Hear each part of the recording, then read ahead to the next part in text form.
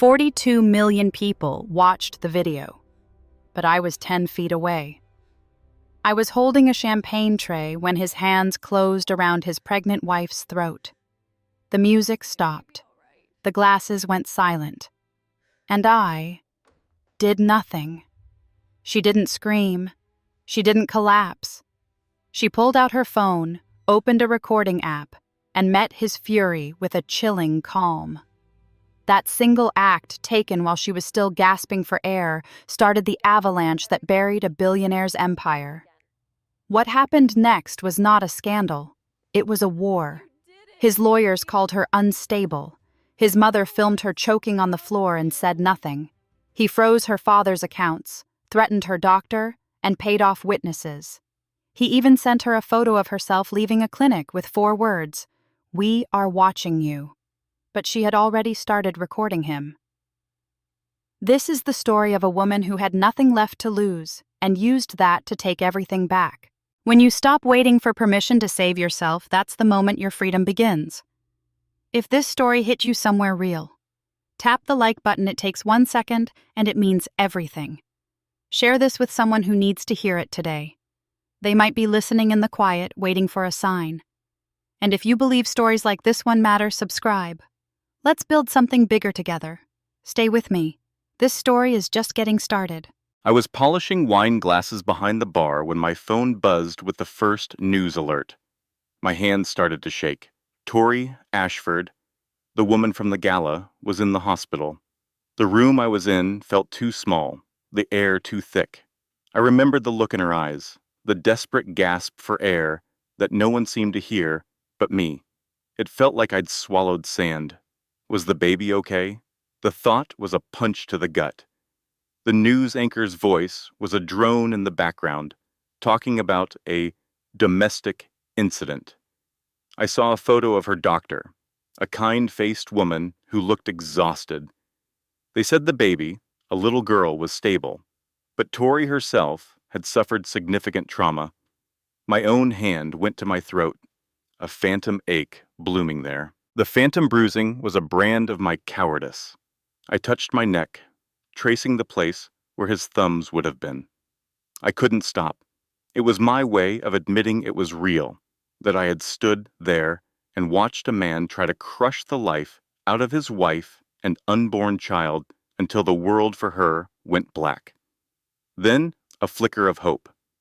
The news mentioned the baby kicked, a sign of life, a fighter, just like her mom. They were both alive. The reporter then said 2 detectives were at the hospital, waiting to take her statement. I imagined her in that sterile room, the white sheets, the incessant beeping. I pictured the detectives, a woman with knowing eyes and a younger man, his pen poised over a fresh page. They would be asking her to relive the nightmare. Detective Martinez, the reporter named her. They needed to ask about the children's cancer gala, my gala, the place where I did nothing. What do you remember? I imagined the detective asking, her voice gentle. What did I remember? I remembered the shimmer of her gown under the chandeliers, the scent of lilies in the air, and then the sudden, ugly shift. I saw Derek Ashford's face, not handsome anymore, but a mask of pure hate. I saw his hands, his goddamn hands. I remembered her whispered plea, a word I couldn't make out. It all happened so damn fast. I stood frozen, a statue in a cheap uniform. Everyone saw. The thought consumed me. She was choked in a room with hundreds of witnesses, with cameras mounted on every gilded wall. There was no hiding it, no way to pretend. It was an accident, a misunderstanding, a clumsy fall. The news report said 17 witnesses had already come forward. The venue's security footage had captured everything. I watched a clip of her in the hospital bed, tears streaming down her face. And then the door to her room flew open on the broadcast, and a man I recognized as her father rushed in. His face went from shock to a rage so cold, it scared me even through the screen. That look on his face, it wasn't just anger, it was something deeper, something final. I'd seen him in photos with her, always smiling. This was a different man, baby girl. I heard him say it on the hot mic of a news camera outside the room. The name sounded like it was torn from his soul. Daddy. Her reply was a broken whisper. He did it, Dad. In front of all those people. I watched him take her hand, his grip a rock in the middle of her earthquake. I am going to fix this. It wasn't a promise. It was a law of nature he was declaring. The news anchors started talking over the scene, but I couldn't hear them. I just watched that father, his jaw tight, staring at the bruises on his daughter's neck. He didn't have to say a word. His silence was louder than any threat. I felt a knot of shame tighten in my stomach. He was ready to burn the world down for her, and I hadn't even had the guts to step forward. Then, another person arrived in the footage from the hospital hallway. Rebecca Morrison, her best friend. She was holding a tablet like it was a bomb. "I'm so sorry," she said, her voice trembling on the recording, "but it's everywhere." She showed Tori the screen. It was the security video. My video. The one that had been playing in my head on a loop since last night. There she was, walking down the hall, her hand on her belly. There he was, following her, a predator in a tuxedo. I watched my own cowardice in black and white. I saw her turn, saw his lips move, spitting words the camera couldn't hear, but that I remembered. Then his hands were on her. I saw her eyes go wide, her mouth form a silent scream. The camera showed two of us, two waiters, finally rushing in, pulling him off her. His face held no regret, just blinding fury. The video ended. Below it, the view count, 42 million. I saw her drop the tablet, her whole body shaking. "There's more," her friend said, her voice heavy. "A statement from his lawyers." She swiped, and a new video played. Derek's attorney, standing on the steps of that ridiculous mansion. "Mr. Ashford deeply regrets the altercation," he read. His face a perfect mask of sincerity. He claimed his wife was suffering from severe pregnancy-related emotional instability. He was committed to getting his family the help they need. My blood ran cold. They were flipping the script, painting her as crazy as the problem. Then his mother appeared, dressed in pearls and a compassionate frown, dabbing at eyes that weren't crying. "Tori has been very difficult," she cooed to the reporters. "We've all been worried about her mental state. It was a performance, a disgusting, perfectly executed lie. They were burying her alive. They were making her the villain." My phone buzzed again, a news alert with a recording of a call, leaked from someone on the inside. I listened, my heart pounding. It was Derek. "Come home, Victoria." His voice was the one I heard right before he attacked her, calm and terrifying. "We'll forget this happened. I'll tell everyone it was a misunderstanding." I heard her small, quiet voice. "No, I'm sorry, I did not hear that," he snapped. "I said no," she repeated, stronger this time. Then his laugh. Cold. "You do not get to say no to me, Victoria. I own you." The line went dead. "I own you." Those were the words I'd heard him say in the hall. The words the cameras didn't get. The words I hadn't told the police. I looked at my own phone, my hands shaking. I found the news article with the detective's name. I dialed the number for the precinct, my breath caught in my throat. An operator answered. "I need to speak with Detective Martinez," I said, my voice barely a whisper. "I have information about the Ashford case." I was there. I heard what he said. I remember the first time I saw it, the flicker of fear in her eyes she tried so hard to hide. They were in the elevator, his hand gripping her arm just a little too tight, his smile a performance for me, the neighbor. Something shifted in that moment. My quiet observations turned into a heavy, silent guilt. I saw her in the halls, a ghost haunting her own life, and I never said a word. I told myself it wasn't my business, that I shouldn't get involved. But my silence was a choice, a brick I laid in the wall of her prison, and I was too much of a coward to tear it down. The night of the gala, she stood by the lobby doors in a shimmering gown, her hand on her stomach. Her daughter was kicking, I'm sure, a small life full of promise, but the air around them was cold, suffocating. He stood beside her, his face a mask of stone. I wanted to ask if she was okay, but the words caught in my throat. 6 hours. That's all it took. 6 hours after I watched them leave, I heard the sirens. 6 hours before 42 million people saw the monster, I saw the warning signs and just walked away. I didn't know what was coming, but a part of me felt it, and I did nothing. I knew his moods from the sounds that bled through my walls. Not words, just the chilling drop in temperature, the sharp, clipped tone that cut her off. I'd turn my music up, pretending not to hear, pretending their perfectly tailored life wasn't tearing at the seams. I'd see him in the hallway, and his jaw would be locked. A warning sign I had learned to read.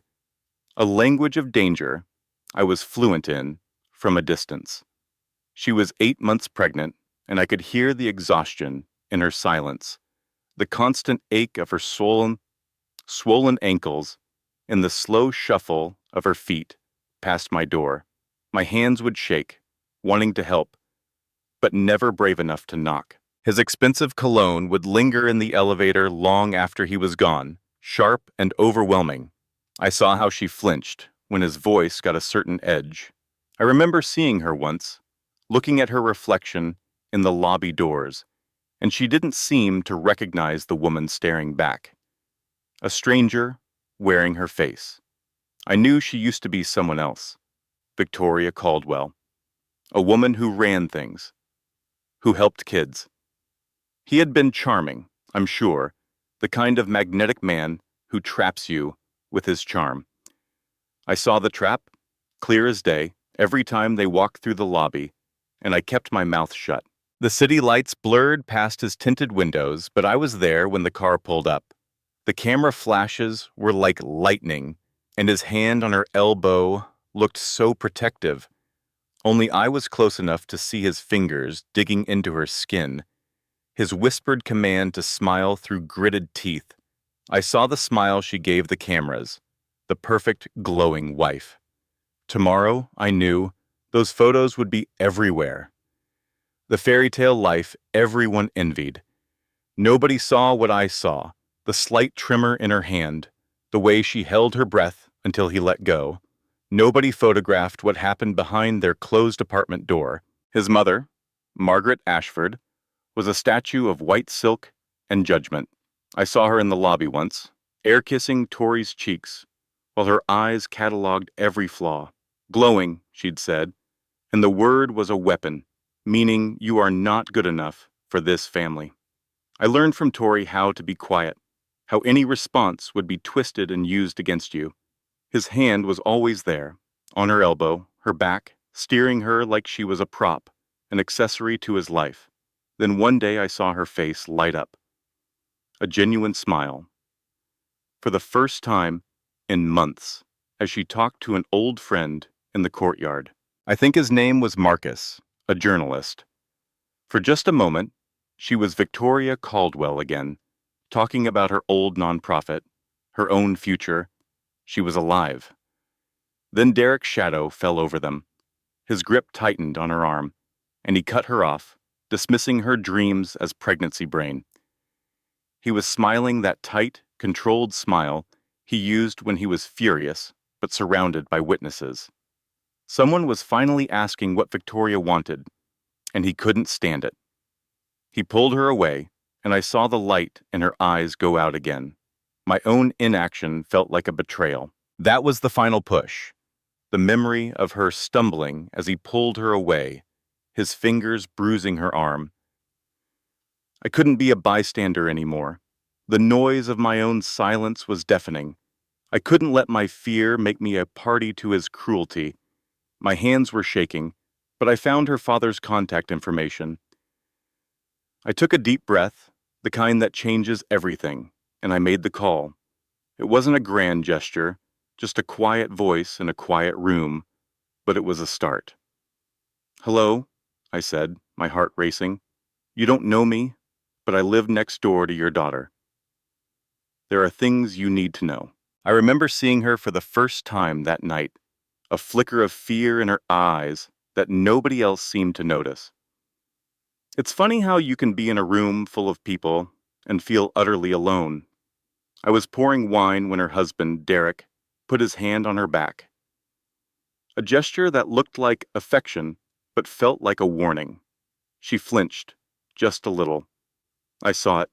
I saw how she held her breath when he leaned in to whisper something, and how her smile never quite reached her eyes afterward. I told myself it was none of my business, just another rich couple's drama. But when she walked out of the ballroom, her hand pressed against her pregnant belly, I felt a knot tighten in my own gut. A few minutes later, he followed.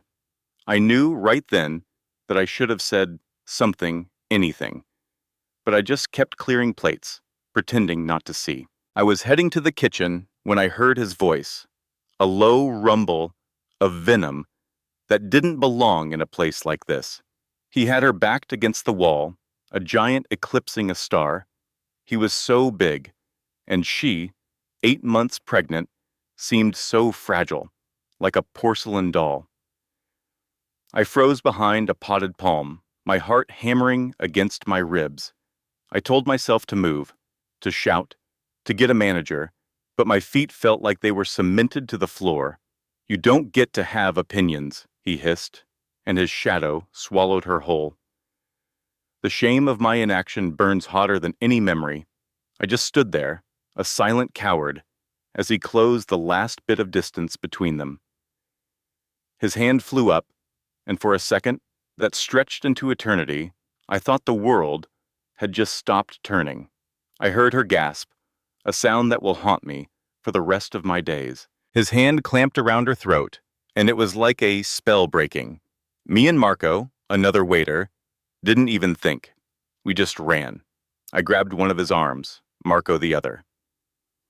It was like trying to pull a mountain down. He was pure, hateful force. Her body slumped the second his grip loosened, and she slid down that marble wall. A heap of champagne-colored fabric. She was on the floor, gasping, her hands flying to her stomach, and all I could think was, I was too late. I was too slow. People started pouring into the hallway, phones out, recording like it was some kind of movie. 3 of us were holding him back now, and he was still fighting, his face twisted with a rage that wasn't human. He wasn't sorry. He was just mad he got caught. I saw the pure, unadulterated evil in his eyes. Then I saw his mother, Margaret, standing there with her phone up. She wasn't calling for help. She wasn't crying. She was just recording. Recording her daughter-in-law choking on the floor, recording her son being restrained like a rabid animal. Our eyes met for a heartbeat, and hers were completely vacant, like she was watching a television show. It was the coldest thing I've ever seen. She just calmly put her phone away, as if nothing happened, and that's when the paramedics arrived, and everything became a blur of shouts and flashing lights. I watched them load Tori onto a stretcher. The image of her terrified, tear-streaked face as they wheeled her away is seared into my memory. It was then I knew my silence had made me a part of it, an accomplice to the horror she endured. The next morning, I couldn't stop thinking about her. The news reports were vague, talking about a medical incident at the Gala. His family was already spinning the story, burying the truth under their money and influence. I knew what I saw. I replayed it over and over. The fear in her eyes, his hand on her throat, her desperate fight for air, his mother's chillingly calm recording. I thought about the baby. I thought about how I just stood there for those critical seconds.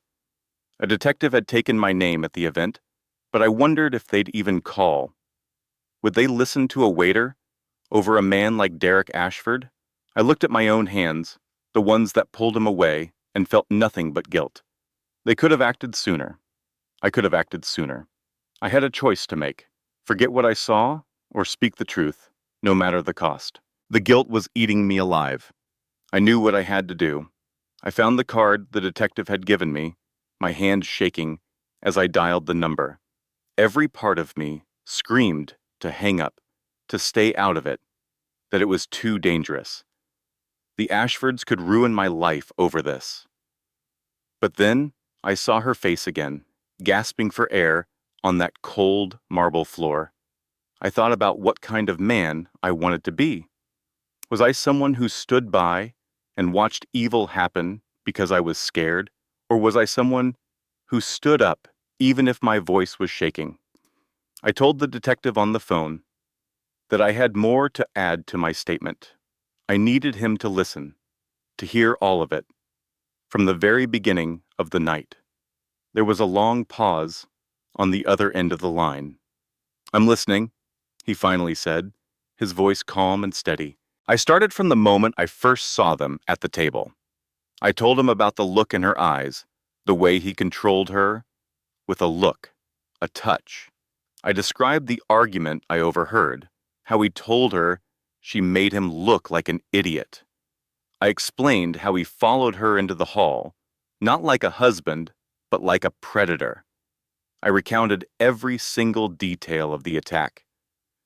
The sound her back made when it hit the wall, the desperate scratching of her nails on his wrist, the way his face was contorted with pure hatred. I made sure to tell him about Derek's mother, about how she stood there and filmed the whole thing with a dead look in her eyes. I didn't leave anything out. It was just a statement from a waiter, a small voice against a powerful family. But as the words left my mouth, I felt the weight of my silence finally begin to lift. It wasn't much, but it was the truth. And I prayed that it would be enough. I remember the first time I knew. I saw the brace on her wrist, and she just smiled that broken smile, and said she'd taken a tumble down the stairs. I believed her. I wanted to believe her. Now, standing outside the door, I can hear her father's voice, tight with pain. I hear her confess what really happened 3 years ago, about the argument, how he twisted her arm back until something snapped. He claimed it was an accident, that he didn't know his own strength. A lie. The same lie I helped her tell when I would fetch her pain pills. I remember her touching her stomach back then, a secret joy mixed with so much fear.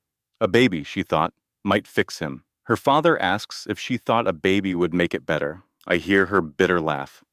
I wasn't stupid, she says. I just knew I was being stupid. And my heart breaks because, yes, that makes perfect, awful sense. The worst part is, I saw it all. I was the one who found the concealer that best covered the bruises on her arms. I was the one who cleaned up the hole in the wall, patched the plaster, and pretended a painting had just fallen. He hated the baby, hated that she was tired, hated that she couldn't be his perfect accessory anymore. He told her she was letting herself go, that she was an embarrassment. "Did he hit you?" her father asks. "Not with a fist," she whispers through the door. But there were shoves, grabs, bruises I had to hide for her under silk sleeves in the middle of summer. I remember last month hearing a crash from the kitchen. She was on the floor, breathless. She told the doctor she tripped over the cat. I remember nodding along, knowing full well they never had a cat. From the hallway, I see her father turn from the window, his face wet with tears, but his eyes were not sad. They were cold, hard. "I should have known," he says. And I think I did know. I knew and I did nothing. "When was our last lunch? Just us?" Her voice is so small. "Before the wedding," she replies. 3 years. I hear the agony in her father's voice as he repeats it. 3 years. He feels like he missed it, but I was there. I saw the canceled plans, the way she would flinch when Mr. Ashford's hand landed on her shoulder, even gently. It was so subtle. A flicker of an eyelid, a slight stiffening. I saw it every day, but I was too caught up in my own life and keeping my job to be the person who noticed. I am going to fix this, he promises her. But how? She asks, her voice full of the despair I have seen for years. He's a billionaire. He has everyone in his pocket. Her father sits beside her, his voice a low rumble of absolute certainty. And I have $800 million and 3 decades in this city. I know every person who matters in his world. His voice is chilling. The sound of a man who built an empire from a 2-bedroom apartment, a man who knows what power is. I'm going to take everything from him, he says. Within 2 hours, I'm pouring coffee in what has become a command center.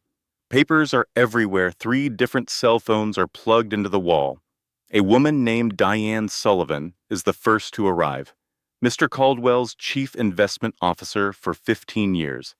She carries a leather case and looks like she's already been working for hours. I pulled all of Derek Ashford's financials, she says, spreading papers across the dining table. The public records, and some that aren't so public. I have my ways, she says with a smile that could cut diamonds. I listen as she breaks it down. His net worth is around $2.3 billion, mostly tied up in his tech firm, Ashford Innovations. He has properties, stocks, and hidden accounts overseas. I just stand there, refilling mugs, a ghost in the room, while they map out how to dismantle a monster. The key, she explains, is that his company went public 3 years back. That makes him answerable to a board and to his shareholders. If the stock takes a nosedive, he loses everything. What makes a stock fall? Ms. Torrey asks from the sofa. She insisted on being here, looking so fragile among these titans. Scandal, Diane replies. Loss of confidence. Criminal charges. She looks right at Mr. Caldwell. And there's more. I have sources inside his company. A man named Gregory Whitman, his business manager for a decade. My contacts say he's been looking for a way out for months. He knows where all the bodies are buried, but he's scared. They've been following him. Get a meeting, Mr. Caldwell commands. Secret. Safe. He won't go easily, Diane warns. They followed his little girl to school last week. Then we offer him whatever he needs, Mr. Caldwell says without hesitation. Protection for his family. Security, whatever it takes. I clear away an empty cup, my hand trembling. The next to arrive is a journalist, Marcus Webb. He looks exhausted, with dark rings under his eyes. He opens his laptop without a word. I've been digging into Derek for half a year, he says. Fraud, embezzlement, dirty deals. I had whispers, but nothing solid enough to print. Until this. He tells them he found 6 other women Derek dated before Ms. Torrey. 4 are too scared to talk. 1 even fled the country. But 1, Jennifer Torres, signed a non-disclosure agreement 5 years ago after he broke her wrist. He paid her $500,000 to vanish. She's living under an assumed name 2 states over. Can you get to her? Miss Torrey asks, her voice barely audible. I know where she is, Marcus says. The hard part is getting her to speak. She's terrified of him. Tell her if she stays silent, there will be more of us, Ms. Torrey says, her voice suddenly strong. Tell her to watch the video. Tell her to look at my pregnant belly and his hands around my neck, and then tell me she can live with saying nothing. His eyes meet hers. I will, he says. Catherine Mills is the last to arrive. A divorce lawyer, in her 50s, they call the executioner. She has a perfect record in cases like this, 12 straight wins, 0 losses. She sits, listens to everything they have, and then lays out the terrifying timeline that will control all of our lives. Listen closely, she says. And the room falls silent. Torrey is due in 4 weeks. We must file for emergency custody before the baby is born. The second that child is here, Derek can file for access, and a judge might just grant it temporarily. We can't let that happen. She looks at Ms. Torrey. I've arranged for Judge Patricia Brennan to hear the case. She's tough on domestic violence, but she is also meticulously fair. Emotion won't win this. We need proof that is absolutely undeniable. 4 weeks. That's our window. I see a flicker of something in Ms. Torrey's eyes, something I haven't seen in 3 years. Hope. She has a team. She has a chance. And as I watch them, I know what I have to do. I slip out, my heart pounding, and retrieve the small memory card I pulled from the trash a month ago. The one from the tiny camera she thought she'd thrown away for good. It all started the day the news vans came. I remember thinking hope was a fragile thing, the kind that makes you careless, makes you think the storm has passed right before the real hurricane hits. His retaliation arrived 48 hours after her escape, a swift and vicious campaign. I saw it online first, fake medical files about her, filled with ugly words like unstable and delusional.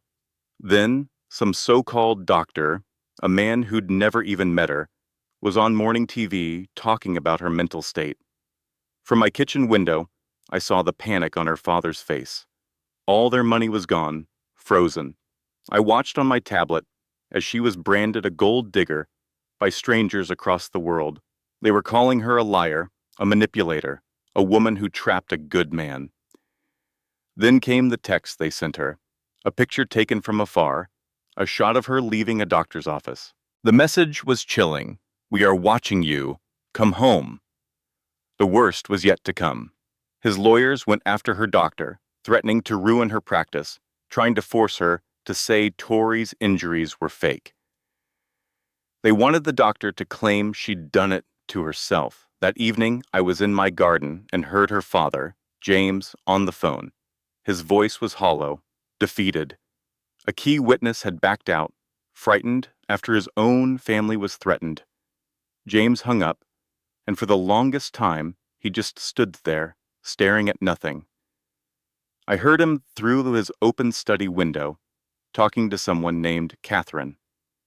He said they were targeting everyone who helped her, making the price of support too high. In the guest house across the yard, I could see her silhouette in the window, a single light burning in the dark. The little flicker of hope she must have felt was gone, extinguished in the storm he'd created. I saw her light go on at 2 a.m. She must have called her dad, because a moment later she was walking the path to the main house. I remember thinking how cold and clear the night was, how the city sounds were just a distant hum. But I saw how she kept looking over her shoulder, how her walk turned into a near run. She looked like she felt eyes on her, and my heart ached because I knew she was right. Soon the days just melted into one long nightmare of waiting. The news vans were a permanent fixture now, a wall of reporters screaming questions whenever the gate opened. Paparazzi nested in the bushes like vultures. Protesters held up signs calling her a liar. Then one morning, I saw James find it before she did, a dead rat on the doorstep, a note tied to its tail. He threw it away quickly, but I saw his hands shaking with rage, and I knew my silence had been a mistake. I'd watched her through the windows as she prepared the nursery in the guest house. I saw her painting the walls, a cheerful yellow, a stark contrast to the darkness gathering outside. I saw her organizing tiny clothes, folding blankets with a precision that spoke of desperation.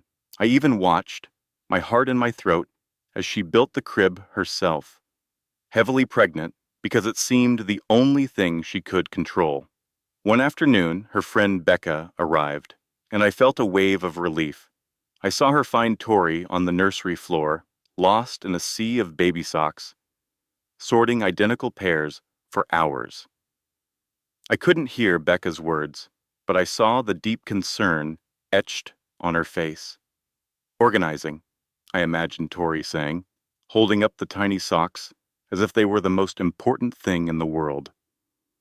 I knew then she was trying to build a fortress out of routine, a tiny island of order in an ocean of chaos. I watched as Becca just sat with her on the floor.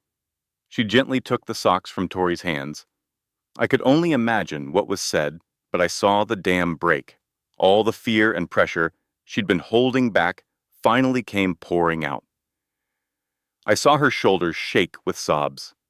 She wasn't just crying, she was grieving everything she had lost. It was the kind of raw, ugly crying that comes from a place of utter despair, and her friend just held her, didn't try to fix it, didn't offer empty words.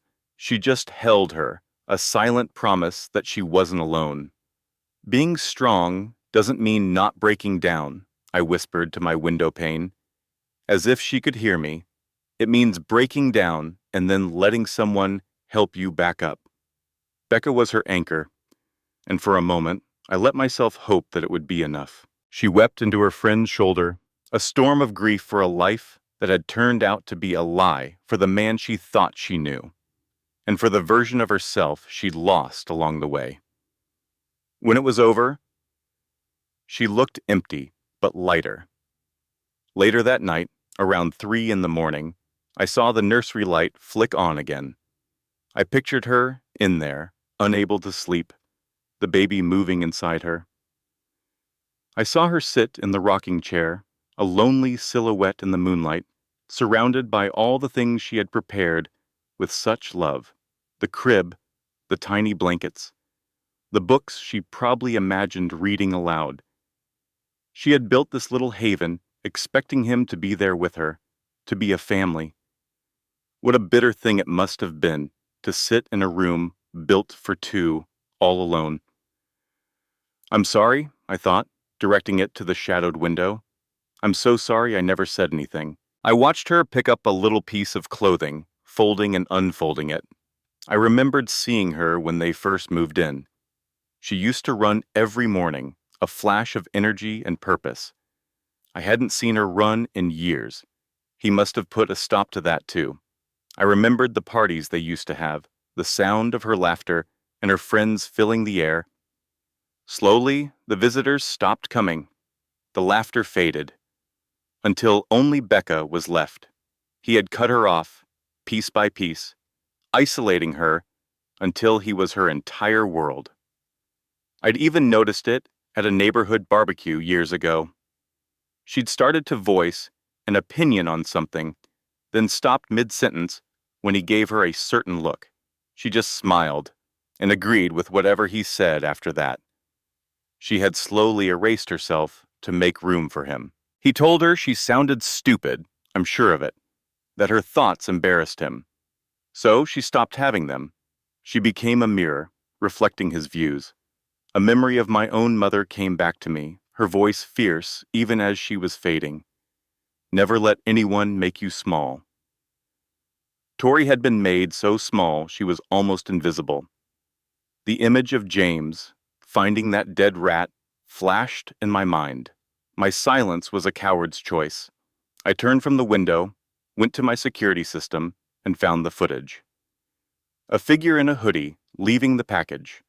It wasn't a smoking gun, but it was something real.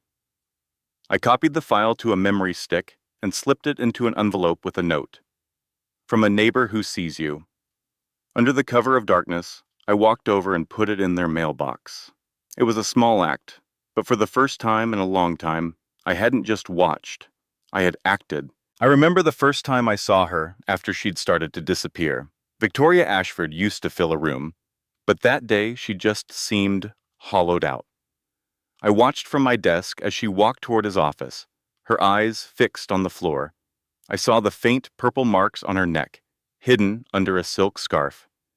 She was carrying his child, a life growing inside her, while her own was being erased.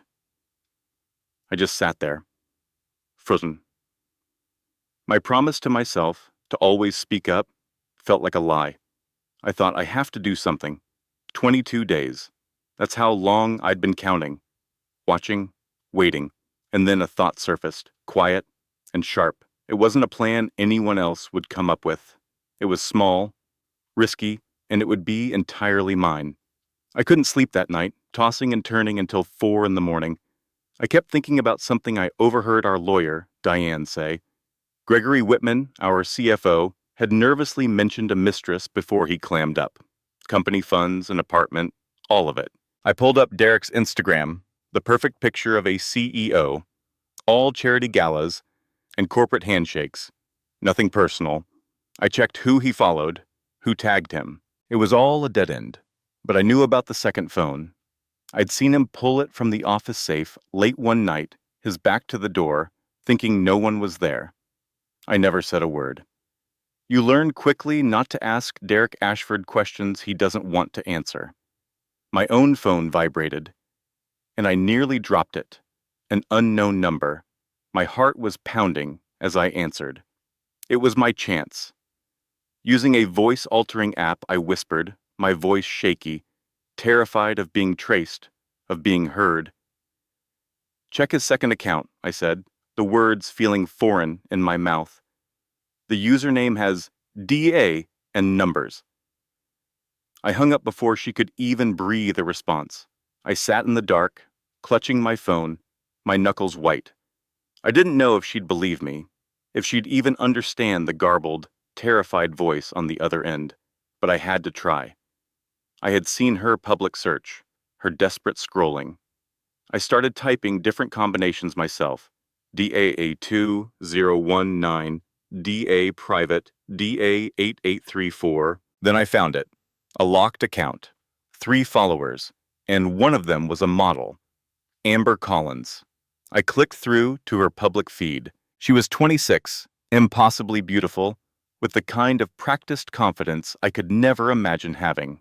Her page was a monument to his secret life, built with our company's money. The downtown penthouse, the designer bags, the ski trips to Aspen. I recognized the charges from expense reports I wasn't supposed to see. It was all there, a trail of receipts leading right back to him. I never told anyone what I'd done. Not my work friends, not my sister, nobody. I just watched, holding my breath. I pictured Tori sending a message, trying to bridge the gap between wife and mistress, trying to appeal to her as a woman in danger. For 2 agonizing days, I imagined the worst. Amber telling Derek, my number being traced, my career and safety vanishing in an instant. Then I saw it, a subtle shift in Amber's posts. The location tags were gone. The mood was different. They had met. I imagined Tori, hidden under a hat and sunglasses, feeling like a spy, but finally doing something for herself. Not waiting for a lawyer or a journalist, but taking back a piece of her own life. She was reclaiming her power, all on her own. I saw Amber in the lobby, a few days later, dropping off a portfolio. She looked smaller than she did online, her confidence replaced by a brittle defensive shield in her eyes. It was the look of a woman bracing for a fight. I imagined their meeting. Tori wouldn't have yelled. She would have been quiet, devastatingly quiet. She would have just shown her the proof, the video from the gala that we all saw on the news, the footage of his hands on her pregnant throat, her body going limp before he was pulled away. I pictured Amber's face as she watched it, the silent horror. Tori would have let the video speak for itself, then added the words that would echo in Amber's mind. He did this to me. He'll do it to you. Has he started questioning your friends? Judging your clothes, whispering, "Look what you made me do." I could see the flicker of recognition in Amber's eyes. The fear taking root. She would have left without a word. And Tori would have sat there, feeling the baby kick, alone with her terrifying, brave choice. I wondered if my anonymous call had been a horrible mistake. It wasn't. 2 weeks later, the whispers in the office started. Derek was paranoid, checking everyone's emails. I overheard him on a call, his voice tight with rage, questioning someone about where they'd been. I knew he was talking to Amber. I knew my warning had worked. Soon, Amber would provide the records, every dime he'd spent on her from company accounts. The receipts for the apartment, the wire transfers, the proof Gregory was too terrified to give, but that was still on the horizon. For now, the clock read 20 days, and there were other fires burning. While I watched from my desk, I saw Diane and Mr. Ashford's PI working on Gregory. They met him at some remote diner, miles from anyone who would know them. I saw Gregory when he came back to the office. He looked like a ghost. He told his department head they'd followed his daughter home from school again. A black car, just sitting there. His family was falling apart with fear. He was ready to run. I knew they'd offered him protection. Private security, 24/7. I saw the cars posted outside his house on my way home. I knew Derek's threats were real, but I also saw the look in Diane's eyes. She didn't make threats. She made promises. I saw her slide a folder across a conference room table to Gregory. I could guess what was inside. The SEC had been quietly auditing our quarterly reports for months. With or without him, they would find the offshore accounts. His name was on everything. The transfers, the documents. His face was ashen for weeks. He could be a witness and get immunity, or he could be an accomplice and go to prison. I saw the terror in his eyes as he clutched his coffee cup, his hands trembling. 3 days later, I saw him in the parking garage from my window. He kept looking over his shoulder, his body tense with fear.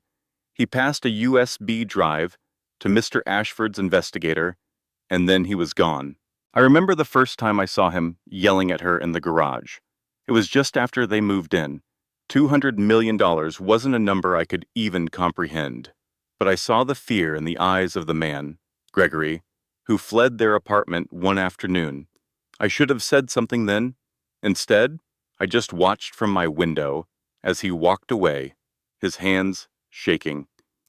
The air in our building grew heavy over those 18 days.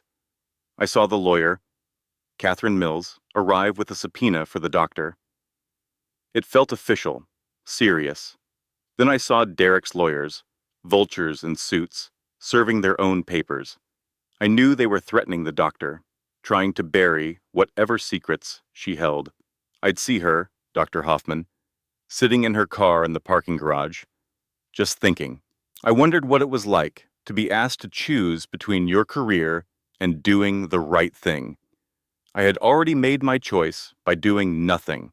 I'd see Tori in the hallway, always in long sleeves, even in the summer. I saw the file that arrived by courier, thick and heavy, and I knew it held the truth. Pictures I couldn't see, notes I couldn't read, but I knew. I saw the way she jumped if I said hello too suddenly. It wasn't anxiety. It was the constant, humming fear of a person living on a razor's edge. When I heard the doctor signed the release, a part of my own guilt eased, just a little. Someone was being brave, even if I wasn't. The day that file went to the court was the first day I felt a sliver of hope for her. Every photo, every note. I pictured them all. A catalog of my silence. The clock in my own head ticked down to 15 days. Then a man named Marcus Webb started showing up, watching their door. He had the look of someone who wouldn't give up. I can't talk about it, is what I imagined she told him. $500,000. I saw Marcus leave the first time looking defeated, and my heart sank. I knew he was trying to help, but I also knew what a man like Derek was capable of. The threats weren't just threats. I'd overheard him, on the phone, in the hallway once, his voice like ice. When Marcus left that day, I almost opened my door, but I didn't. I just watched him go, feeling like a coward. I couldn't stop thinking about the fear in Tori's eyes, how she tried to make herself invisible. When Marcus came back a week later, he was holding a large manila envelope. I saw the woman open the door, saw her look at what was inside. She stared at them for what felt like an eternity, her whole body trembling. "She's pregnant," I heard her whisper through the thin walls. 8 months. He did the same thing to me. That's when I knew things were about to change. I remember the day I knew for sure. The moment my silence became a heavy coat I couldn't take off. Jennifer's story was all over the news, and I just sat at my desk, feeling sick. I didn't care about the money. I just wanted to stop hiding. It felt like a clock was ticking, counting down the 12 days until it was too late. I watched him on TV, filing for custody, calling Tori an unfit mother with the help of doctors he'd paid off. They wrote fiction based on his lies. He held a press conference, crying fake tears over a huge donation to a children's cancer charity, looking like a misunderstood hero.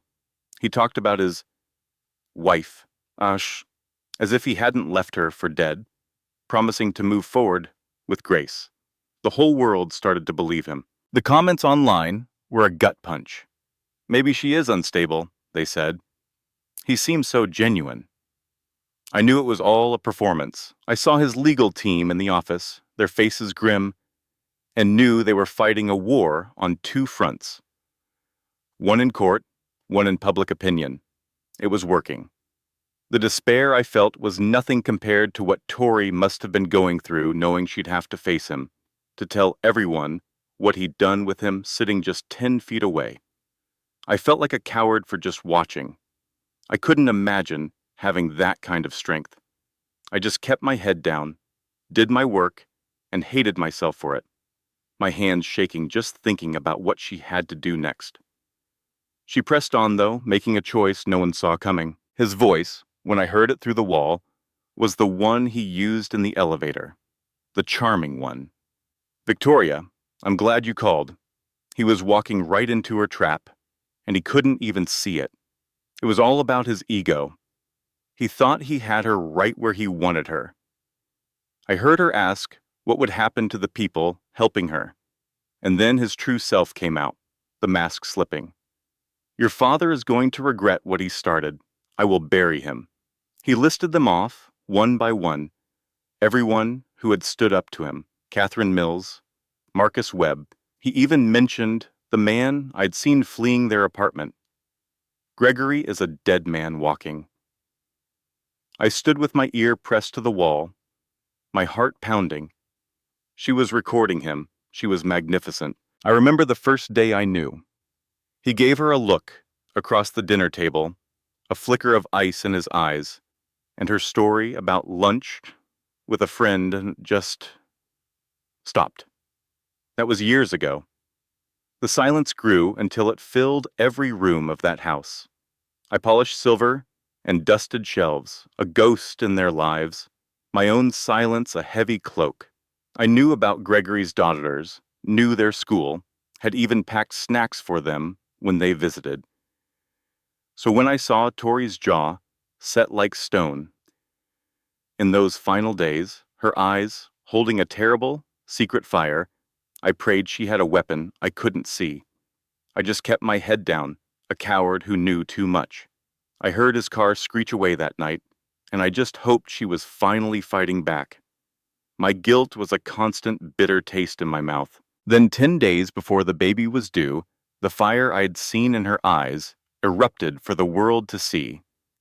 It was almost 9 on a Tuesday when the article hit the internet. My phone buzzed with a news alert. The real Derek Ashford. I read every single one of the 12,000 words, my hands shaking. All those years of pretending I didn't see, didn't hear, and here it was, laid bare by women braver than me. I recognized the pattern, the charm that curdled into control, the chilling isolation.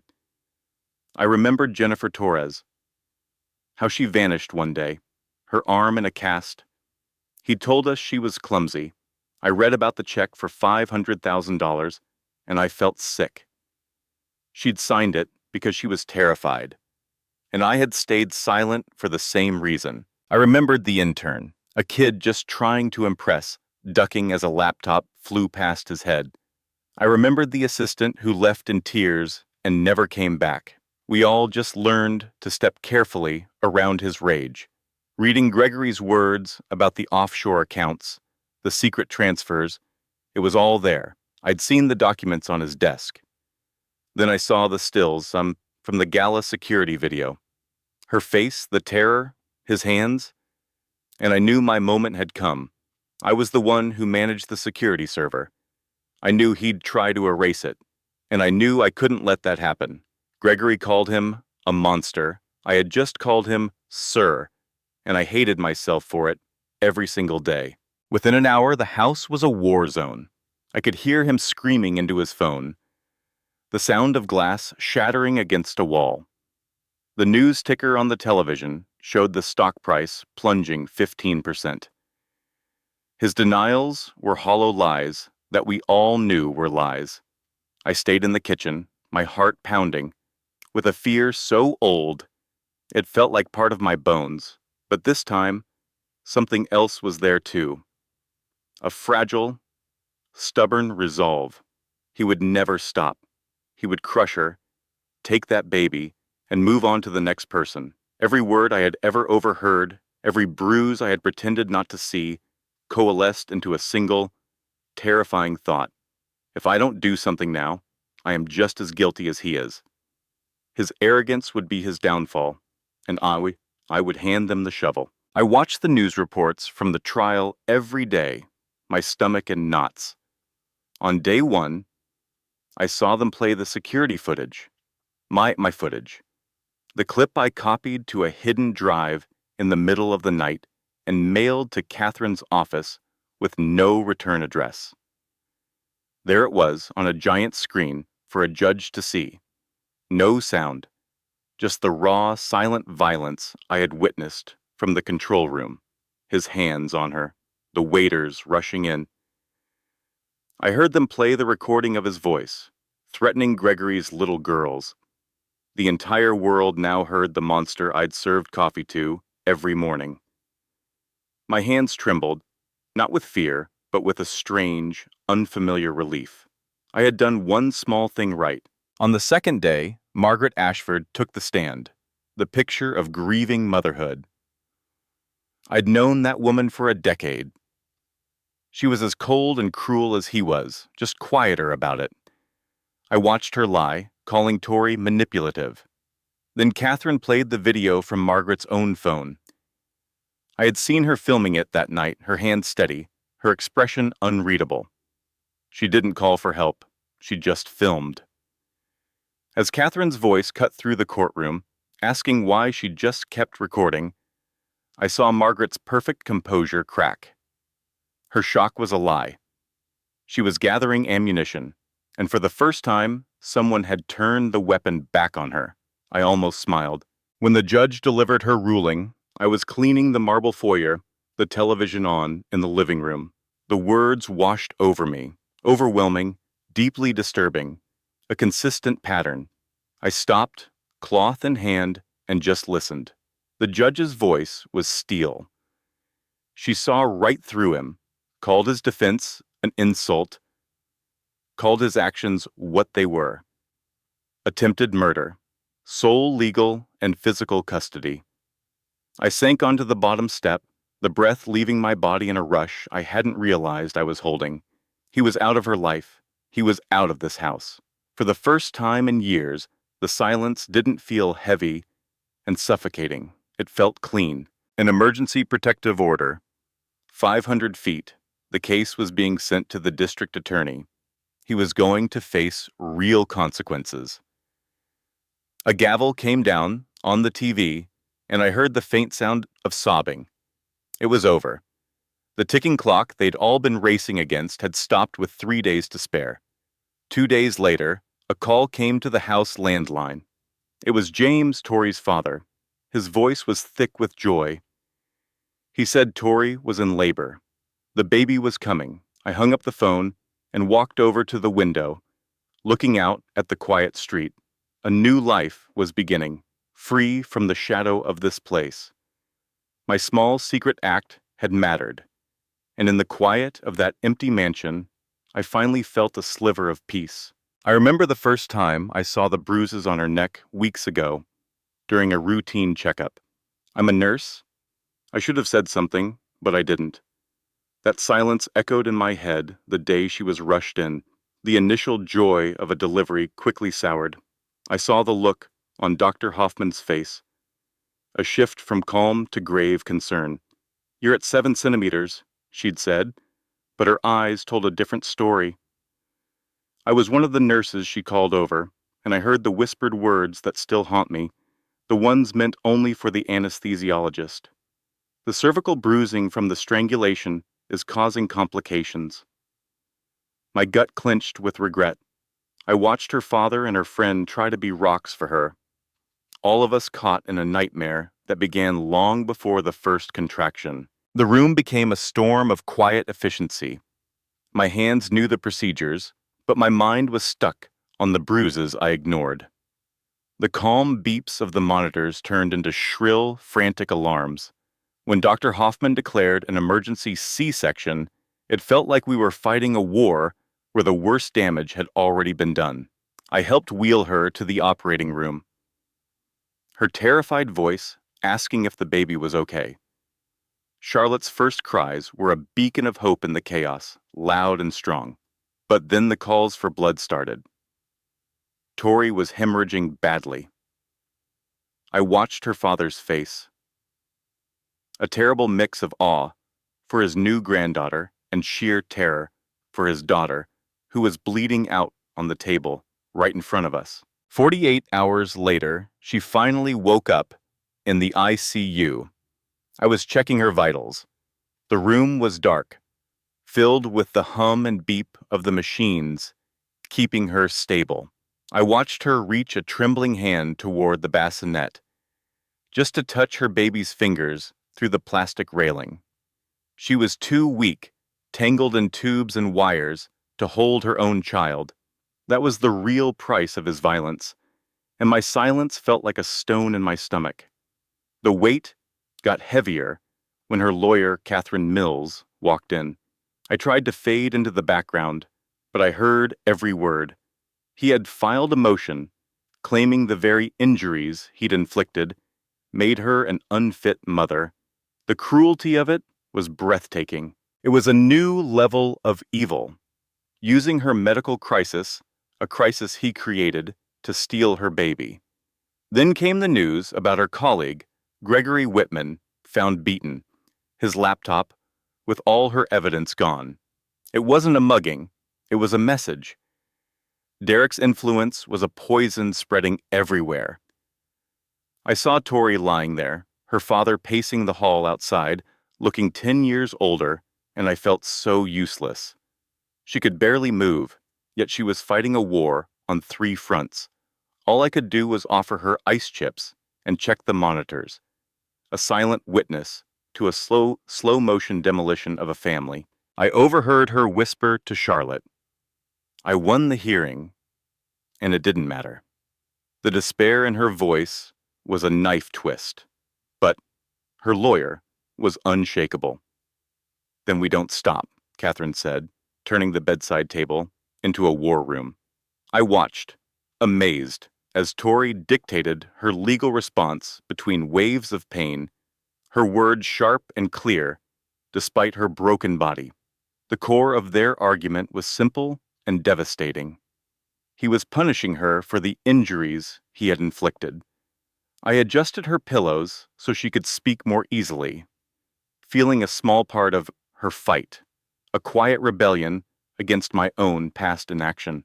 That night, her father came in, his voice low and urgent. He'd found a way to take the judge down. Something about financial ties to Derek. A chance to fight dirty. I waited, expecting her to seize the opportunity. Instead, she said no. She said she had to be able to look her daughter in the eye and tell her she fought the right way, that she didn't become the thing she was fighting. Lying there, looking so fragile, she was the strongest person I had ever met. Her integrity was a stark contrast to my own cowardice, and it shamed me. The next morning, I helped position the camera for the video hearing. On my own, I moved Charlotte's bassinet so it was just visible at the edge of the frame. It was a small thing, but it was something. Derek's chair in the courtroom was empty. He couldn't even be bothered to show up. Then Tori's face appeared on the screen, pale and exhausted, but her eyes burned with resolve. The judge gave her permission to speak, and she did. She told him about showing up, about what mothers do, about being there even when your body is broken and you're terrified. The room was completely still. I will never stop showing up for her, she finished. The silence that followed was profound.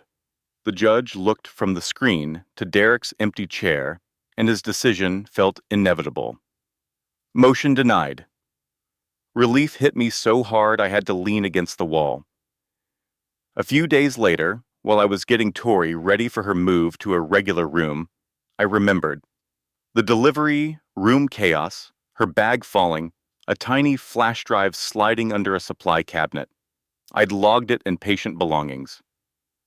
My heart hammered against my ribs.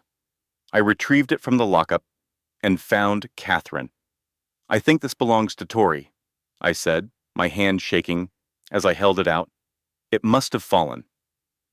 It wasn't a confession, but it wasn't silence either. It was a start. The cloud. It was all on the cloud. I read it in the papers, how Gregory had outsmarted him from the very beginning. They had taken a laptop, but they'd missed the soul of the evidence. The SEC had it all. And just like that, the quiet in our building became absolute. Derek was gone. A few weeks later, I saw Tori come home from the hospital. She didn't come back to the apartment next to mine, thank God. She got into her father's car, clutching her new daughter, Charlotte. She glanced up at our building, right at my window. I ducked back, ashamed. Then the federal agents came. They carried out boxes and computers. It felt like they were fumigating the whole building, clearing out the poison that had lived next to me for 3 years while I did nothing. It took months for it all to fall. I read about the frozen accounts, the subpoenas, the $210 million. I followed the story obsessively, a spectator to the justice I had been too afraid to help create. The board of directors finally voted him out. I saw the moving vans haul his life away piece by piece. One day, I saw an article online. Tori had gone back to her old job at a nonprofit. There was a picture of her holding her baby, and she was smiling, a real, genuine smile. That's when I finally did something. I found the email address for the reporter, Marcus Webb. My hands were shaking, but I wrote it all down. The date I saw Gregory leave, the license plates of the lawyers, and the exact words I heard Derek say through the wall that night. It was my small, late, but courageous act. I pressed send. The second vote was 10-2. An email went out, and just like that, Derek Summersand was terminated. Security walked him right past my cubicle. I stared at my computer screen, not daring to look up as the man who screamed and threw things at us walked out for the last time. I heard Tori got a promotion at her nonprofit. Her first paycheck went to a real crib for her baby, bought with her own money. In the following months, they took everything from him. The penthouse, the Hamptons house, the yacht, the cars, even his $30 million art collection. It was all liquidated to pay back what he'd stolen. Partners sued him. Old employees filed lawsuits. His own lawyers eventually dropped him. Unpaid bills, and no one left to lie for him. I heard he ended up with a public defender. Tori, on the other hand, got a small one-bedroom apartment. The kitchen was tiny, the closet was small, and the window looked out at a brick wall. But everything in it was hers, chosen by her. The blue couch, the yellow chairs, the books for her daughter, Charlotte. It was a kingdom. Then Amber Collins from marketing came forward. He had started doing the same things to her, monitoring her phone, criticizing her. And Amber had proof, financial records showing every dollar he'd spent on her using company accounts. I remembered seeing some of those expense reports. The SEC added more charges. The case against him just kept getting bigger, a hole he could never climb out of. One day, I read an article about Tori speaking at a support group in a church basement with 15 other women. She told them, "I was lucky. explaining how her father had the resources to fight back. She told them to save themselves, to take one tiny step. Call a hotline, tell one person, save $1. She looked at those women and saw herself. The door was always unlocked, she said. I was my own jailer. Her words cut right through me. I was my own jailer, too. Then her phone rang. It was Margaret Ashford, his mother. I sat frozen when I heard the news. Margaret's voice was breaking on the recording that leaked. I could not stop him publicly, she'd said. I was too afraid. She was the anonymous tip about the second account. She told Tori she'd spent 30 years with a man just like Derek, his father. She normalized the abuse, accepted it, and taught her own son that violence was a form of love. I raised a monster, she cried. I see that now.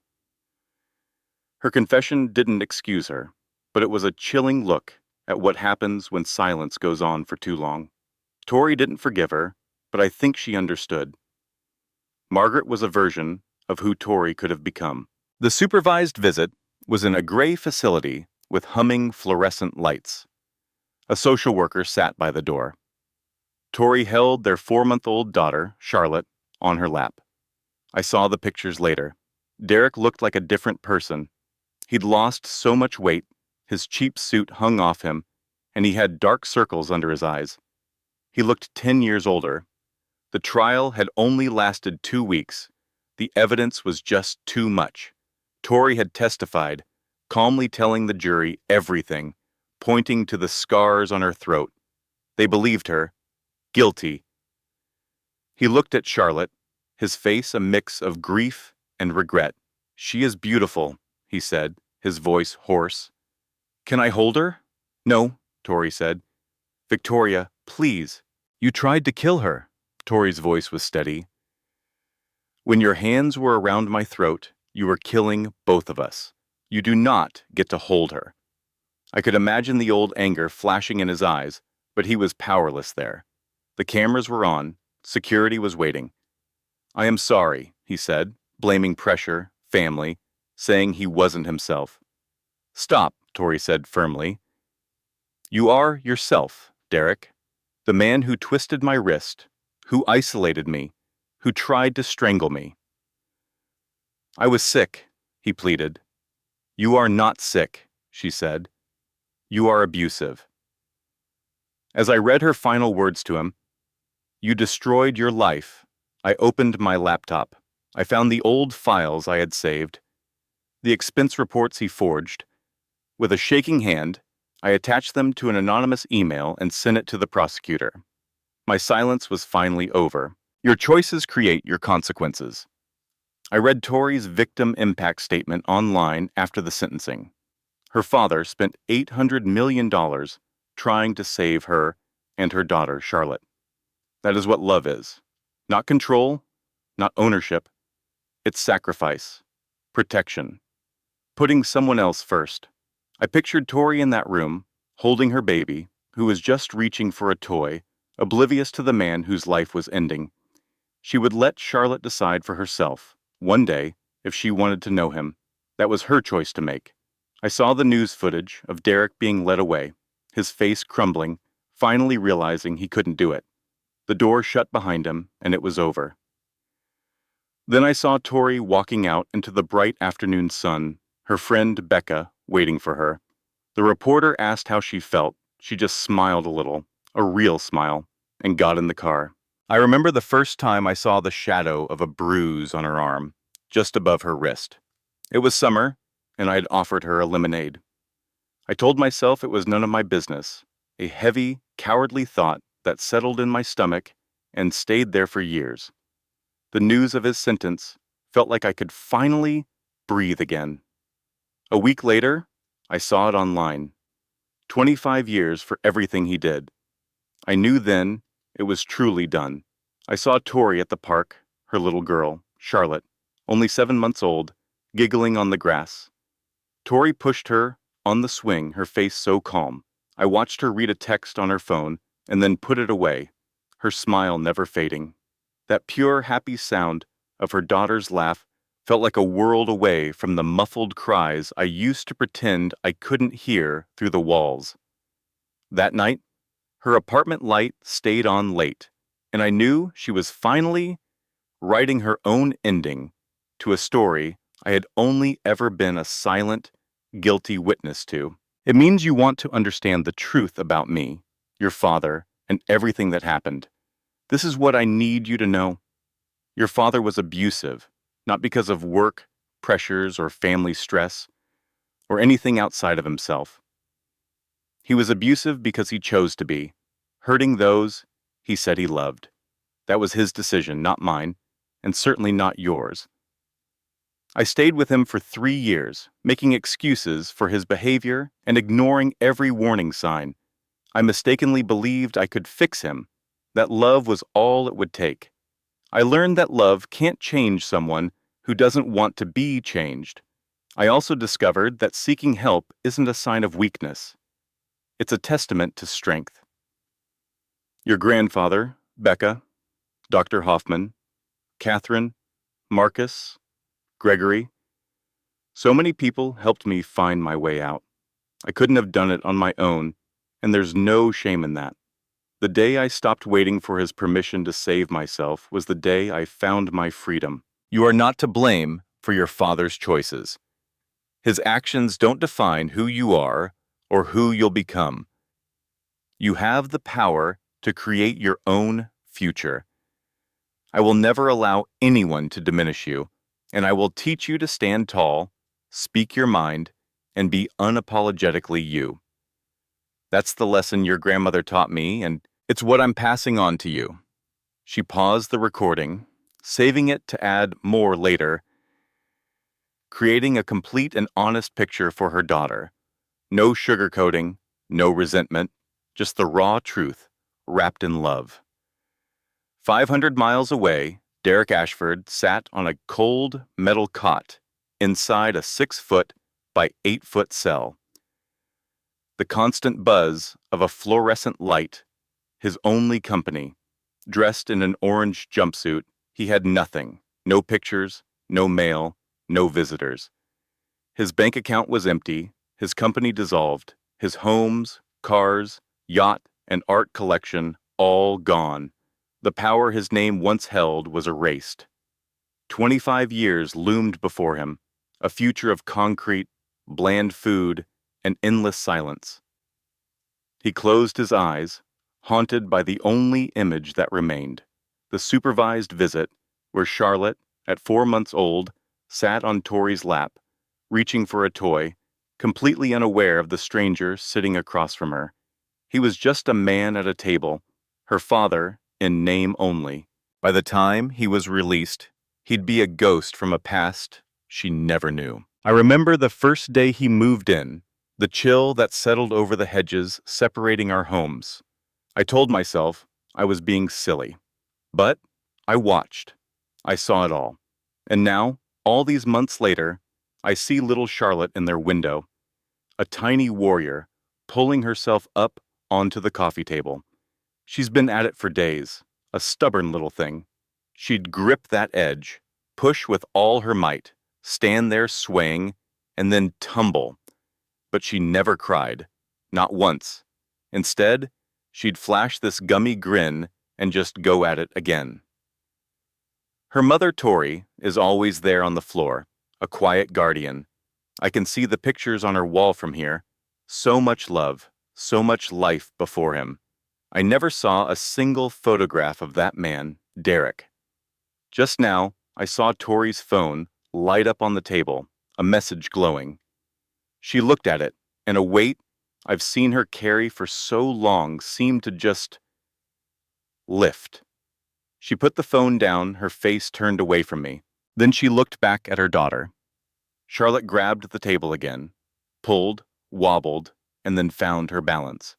She stood tall, looked right at her mom, and gave this big, beautiful, unafraid smile before taking a wobbly step forward. I heard whispers about what it cost her father, James, to make that happen. Every last dollar he'd ever made, 800 million of them. He spent it all to protect his girl, and I don't think he regretted a penny. Derek, he went away with nothing, just 25 years staring at a wall, knowing his daughter would never know him. And Tori, I saw the day she took her old name back, Caldwell. It was like watching a flower turn back to the sun. She became the woman I'd only seen glimpses of, the one who stood tall and took up space in the world. She decided no one would ever make her or her daughter feel small again. And I decided my silence was over.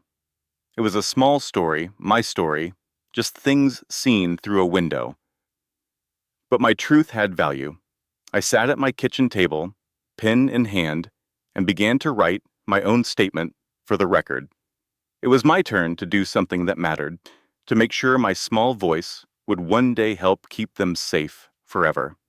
This content was carefully researched, developed, and manually edited by our team to deliver meaningful stories with valuable life lessons.